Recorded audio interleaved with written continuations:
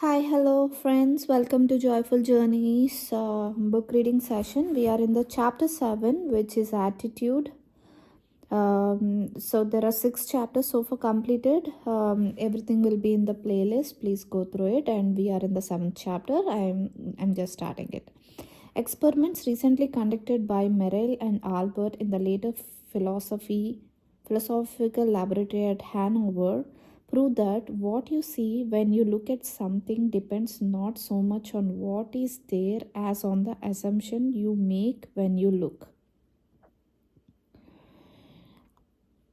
Since what we believe to be the real physical world is actually only an assumptive world, it is not surprising that these experiments prove that what appears to be solid reality is actually the results of expectations or assumptions. Your assumptions determine not only what you see but also what you do, for they govern all your conscious and subconscious movements towards the fulfillment of yours themselves.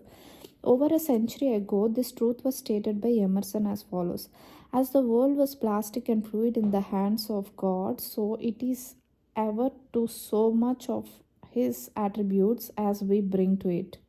To ignorance and sin, it is flint. They adapt themselves to it as they may, but in proportion as a man has anything in him divine, the firmament flows before him and takes his signet and form. Your assumption is the hand of God, molding the ferment into the image of that which you assume. The assumption of the wish fulfilled is the high tide which lifts you easily off the bar of the senses, where you have so long lain stranded. It lifts the mind into prophecy in the full right sense of the word.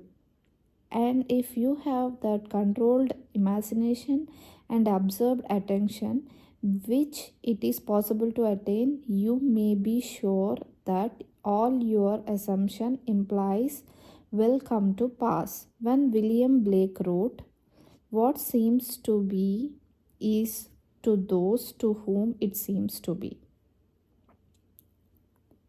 he was only repeating the eternal truth. There is nothing unclean of itself, but to him that esteemeth anything to be unclean, to him it is unclean. Because there is nothing unclean of itself or clean of itself, you should assume the best and think only of that which is lovely and of good report. It is not superior insight, but ignorance of this law of assumption. If you read into the greatness of men some littleness with which you may be familiar, or into some situation or circumstance an unfavorable conviction, your particular relationship to another influences your assumption with respect to that others and make you see in him that which you do see. If you can change your opinion of another, then what you now believe of him can't be absolutely true, but is only relatively true. The following is an actual case history illustrating how the law of assumption works.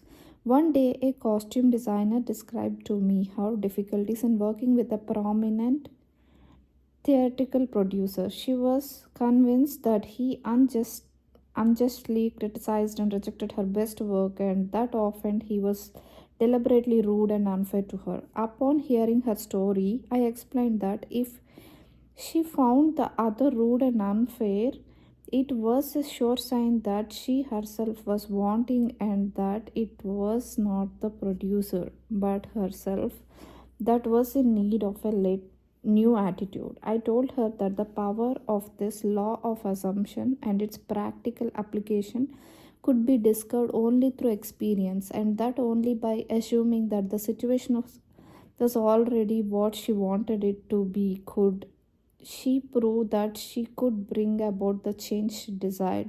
Her employer was merely bearing witness, telling her by his behavior what her concept of him was. I suggested that it was quite probable that she was carrying on conversations with him in her mind which were filled with criticism and recriminations. There was no doubt but that she was mentally arguing with the producers, for others only echo that which we whispered to them in secret. I asked her if it was not true that she talked to him mentally, and if so, what those conversations were like. She confessed that every morning on her way to the theater, she told him just what she thought of him in a way she would never have dared address him in person. The intensity and force of her mental arguments with him automatically established his behavior towards her. She began to realize that all of us carry on mental conversations, but unfortunately, on most occasions, these conversations are argumentative. That we have only to observe the passerby on the street to prove his assertion that so many people are mentally engrossed in conversation and few appear to be happy about it, but the very intensity of their feeling must lead them quickly to the unpleasant incident they themselves have mentally created and therefore must now encounter. When she realized what she had been doing, she agreed to change her attitude and to live this law faithfully by assuming that her job was highly satisfactory and her relationship with the producers was a very happy one. To do this, she agreed that before going to sleep at night, on her way to work, and at other intervals during the day, she would imagine that he had congratulated her on her fine designs and that she in turn had thanked him for his praise and kindness. To her great delight, she soon discovered herself that her own attitude was the cause of all that befell her. The behavior of her employer miraculously reversed itself, his attitude echoing as it had always done. That which she had assumed now reflected her changed concept of him. What she did was, by the power of her imagination, her persistent assumption influenced his behavior and determined his attitude towards her. With the passport of desire on the wings of a controlled imagination, she traveled into the future of her own predetermined experience. Thus, we see it is not facts but that which we create in our imagination, which shapes our life. For most of the conflicts of the day are due to the want of a little imagination to cast the beam out of our own eye. It is exact and literal minded who live in a fictitious world, as this designer, by her controlled imagination, started to subtle change in her employer's mind, so can we, by the control of our own imagination and wisely directed feeling, solve our problems. By the intensity of her imagination and feeling, the designer cast a kind of enchantment on her producer's mind and caused him to think that his generous price originated with him. Often, our most elaborate and original thoughts are determined by another. We should never be certain that it was not some woman threading in the wine press who began that subtle change in men's mind, or that passion did not begin in the mind of some shepherd's boy, lighting up his eyes for a moment before it ran upon its way.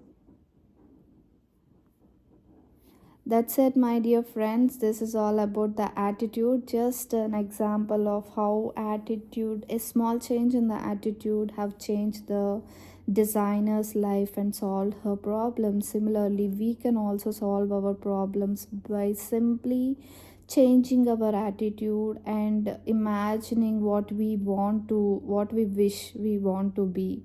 So always, whenever you get some time, based upon your problems, just imagine that your problems are solved. Just imagine what you wish you wanted to in reality, and that one will definitely come true. That's what the other says.